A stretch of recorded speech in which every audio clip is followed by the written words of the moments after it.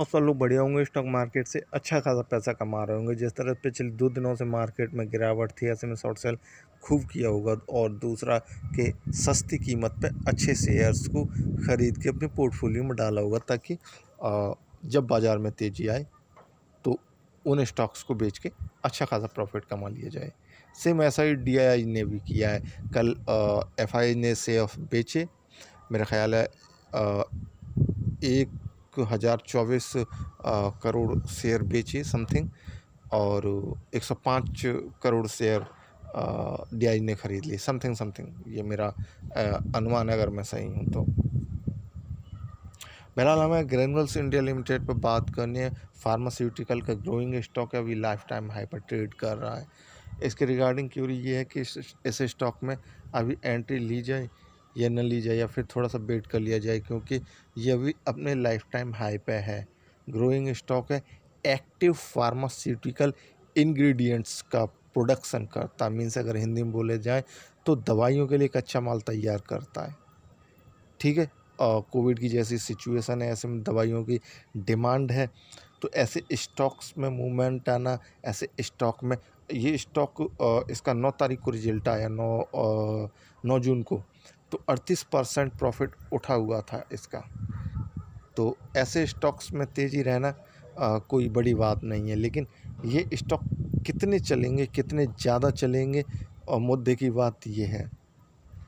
इस स्टॉक के बारे में एक खासियत है कि बहुत लंबे लंबे जंप देता है। 70 रुपए के जंप देता है वीकली बेसिस पे। तो आप समझ ही गए होंगे, मंथली बेसिस पे भी ये सेम देता है। औसतन आप निकालेंगे थोड़ा बहुत अंतर आ जाएगा। अब ये जंप मैं इसीलिए बता रहा हूँ कि स्टॉक का मूवमेंट ही कुछ इस तरह से है। ऐसे में आप फंस भी सकते हैं और पैसा कमा भी सकते हैं। बहरहाल स्टॉक का ये सालाना प्राइस मूवमेंट है। साल भर पहले ये 240 रुपये के करीब ट्रेड करता था, फिर इसने 437 का अपना हाई बनाया।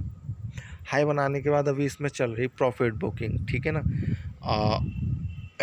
इसमें 31 मार्च तक जो भी इसने अपना बॉटम लिया, बॉटम लेने के बाद इसमें एक बार फिर मूवमेंट स्टार्ट हुआ। मार्च अप्रैल मई में बहुत सारे स्टॉक्स में बॉटम लिए। सो नॉर्मली इसने भी बॉटम लिया, ठीक है ना। उसके बाद फिर ये स्टॉक ऊपर की तरफ मूव करना चालू कर दिया। लेकिन एक ख़ास चीज़ ये है कि ये स्टॉक 374 रुपये कीमत को, 374 रुपये की कीमत को ये स्टॉक क्रॉस नहीं कर पा रहा है, इससे ऊपर नहीं जा पा रहा है। जनवरी के बाद से, जनवरी 2021 के बाद से, जब से ये अपने हाई से फिसला है, उसके बाद से इस कीमत को क्रॉस ही नहीं कर पा रहा है, जो कि मैंने येलो हॉरिजेंटल लाइन से आपको दिखाने की कोशिश की है।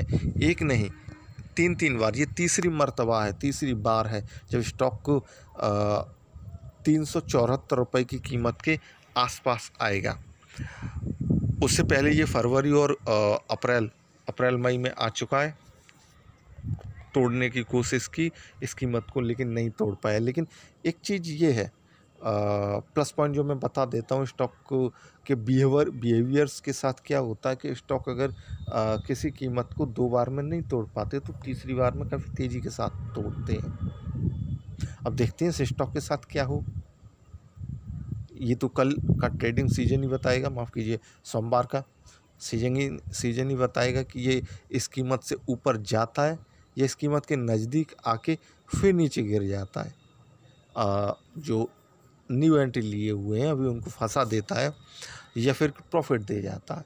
बहरहाल मैं तो उम्मीद प्रॉफिट की करूँगा, और मैं ये भी चाहूँगा कि मार्केट में एक अच्छा फार्मा का स्टॉक आए जो कि काफ़ी रिटर्नेबल हो, अच्छा हो।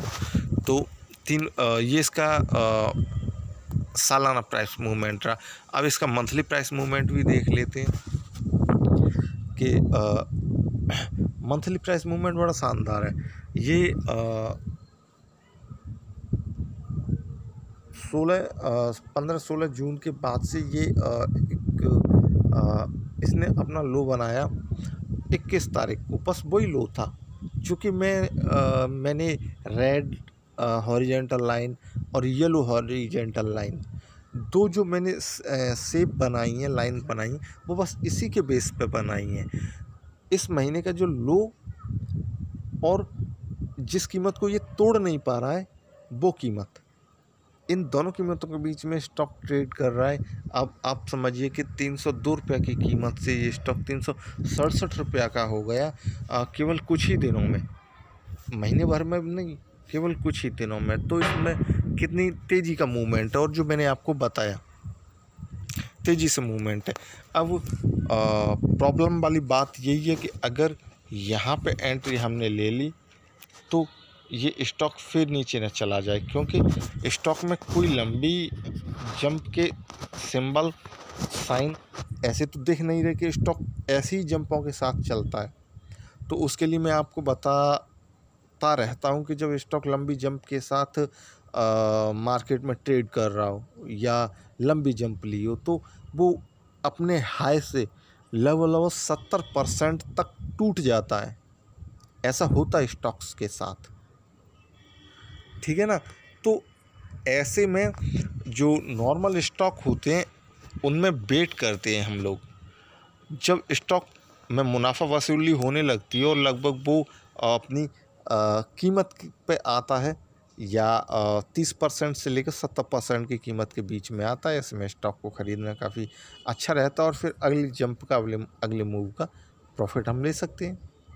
सिंपल सी चीज़ है। सो अभी अगर आप इस कीमत पे 367 की कीमत पे अगर आप एंट्री लेना चाहते हैं तो वो आप अपने रिस्क पे लीजिए, अदरवाइज इस स्टॉक को नीचे आने दीजिए।